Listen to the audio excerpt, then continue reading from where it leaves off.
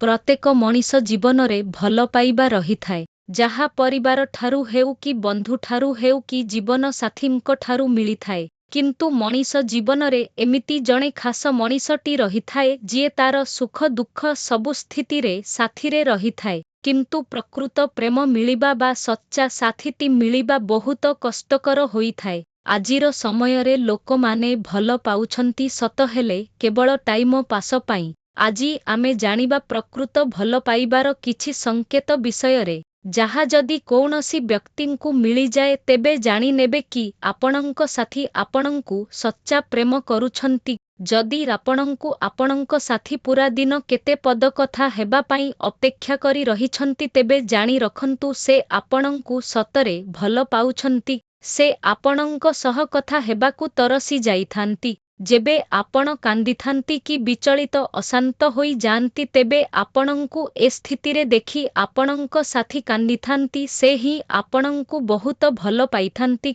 जेउ व्यक्ति आपणंक पाई भोक शोष निद हजि जाइछि से व्यक्ति आपणंकु सत हृदयरु भल पाउछंती। जिए निजकु भूली आपणंक कथा भाबिथाए तेबे जानी नियंतु से आपणंकर प्रकृत साथी। जदि केही आपणंकु केही गाइड करुछंती बा कौनसी कथाकु नेई झगड़ा करिथांती तेबे जानी नियंतु से आपणंकु बहुत भल पाउछंती। जेबे आपण निजर ध्यान रखी नथांती सेतेबेले से आपणंकर केयर नेइथांती। कौनसी व्यक्ति आपणंकर आज सुनिबा पाई जेबे अपेक्षा करी रखिथांती तेबे से आपणंकु सच्चा हृदयरु भल पाइथांती। जेउ व्यक्ति आपणंकु बुझिथांती बा बुझिबाकु चेष्टा करिथांती एवं जेबे समस्ते आपणंक विरुद्धरे समस्ते होइथांती आउ आपणंक साथी आपणंक सह छिडा होइथांती तेबे एभली व्यक्ति ही सच्चा हृदयरु भल पाइथांती। जेउ व्यक्ति आपणंकर फिलिंग्स ओ कथार मान रखिथांती एवं आपणंकु मध्य सम्मान देइथांती से ही आपणंकु सत हृदयरु भल पाइथांती।